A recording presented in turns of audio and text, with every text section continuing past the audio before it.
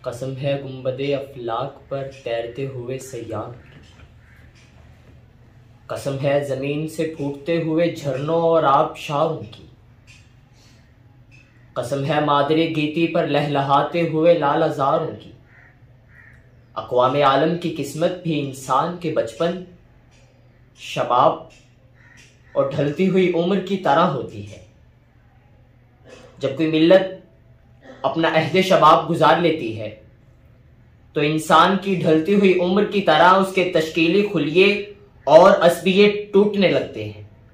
ये फितरत की आदत है, असल से यही होता आया है। सिवाकार 15वीं सदी ईस्वी के इख्तिताम तक उम्मत मुसलमा अपनी असबियत, नजरिए और ज़ौक़े तामीर से ला ताल्लुक होकर ऊँघने लगी तो तमद्दनी खला को पुर करने के लिए यूरोप की निशाते सानिया का आगाज हुआ।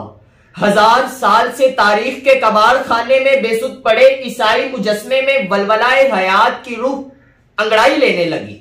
अगली 2 सदियों में ईसाई यूरोप मुसलमानों से मुस्तार ली हुई कीमिया, हयातियात, रियाजियात, तिब, जुग्राफिये, सियासियात, बहरियात, इल्म तलीम और माबादत तबीयात की वो द्योकामत आलिम और तकनीककार पैदा करने लगा कि जिसकी कुव्वते तख्लीक के आगे बंद बांधना कुर्राए आफाक में किसी के बस में ना रहा। सिवाकार चश्मे फलक ने देखा कि मशरिक़े बईद के इंडोनेशिया से लेकर नील के साहिलों के पार तक दियारे मगरिब के पंजाए इस्तिबदाद में कसे हुए किसी की मजाल ना थी कि कोई टस से मस कर सके।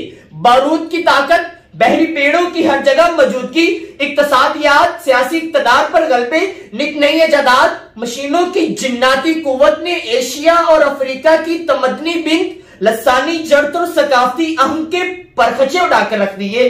20वीं सदी तहजीब मगरिब के गलबे का नुक्ता कमाल और मुसलमानों के जवाल का दर्जाए बसीत थी। इस मायूसी और तरीकी ही के दौर में दरवेशे लाहौरी हजरत इकबाल ने ललकारते हुए कहा, जरा नम हो तो ये मट्टी बड़ी जरखेज है साकी।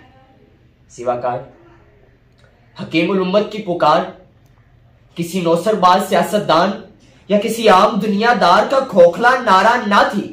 ये एक सच्चे रहबर के जज्बा खालिस की आवाज थी जिससे ख्वाबेदा रूह मशरिक और बिलखुसूस हिंदुस्तान के गुनूदा मुसलमानों ने अंगड़ाई ली।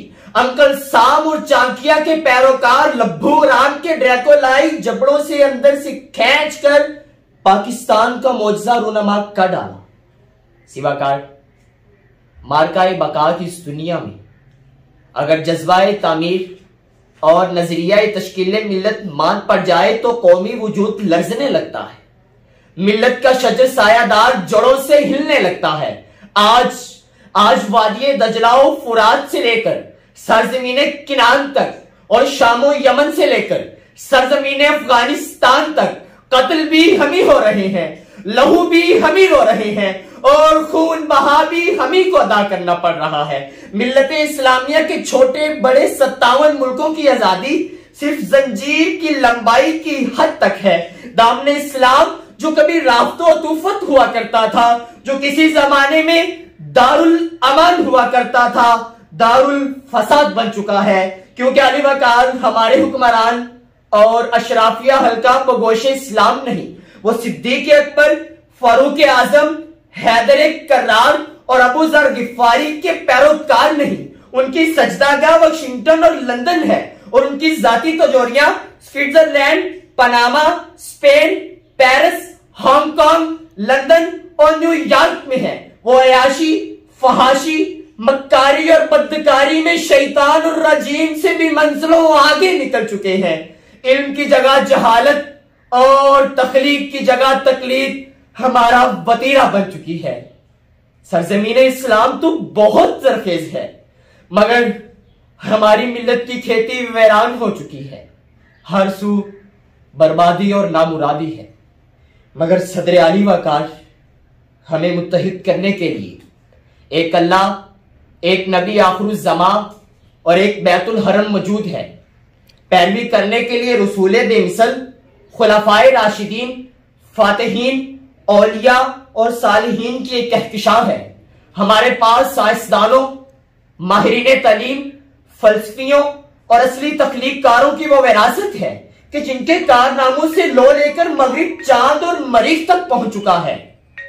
ये मिरास तो हमारी थी, हम इससे लाताल्लुक हुए तो फलक ने सुरैया से हमें तहत सरा में दे मारा। सिवाकार इकबाल हमें अपनी मिरास की तरफ, इस्लाम के नजरिया अबदियत की तरफ और कल्बे इस्लाम से उठने वाले नजरिया वहदत और जज्बा तमीर की तरफ बुला रहा है। अगर हम मुनाफिक नहीं सच्चे मुसलमान बन जाएं तो एक बार फिर कारे जिल्लत और रुसवाई से उठकर तकदीर यज़दा बन जाएंगे, क्योंकि जो तुझसे अहदे वफा उस्तवार रखते हैं, बहम फिराक भी हो तो करार रखते हैं। गर आज तुझसे जुदा हैं तो कल बहम होंगे, इलाजे गर्दिशे लैलो नहार रखते हैं। Thank you.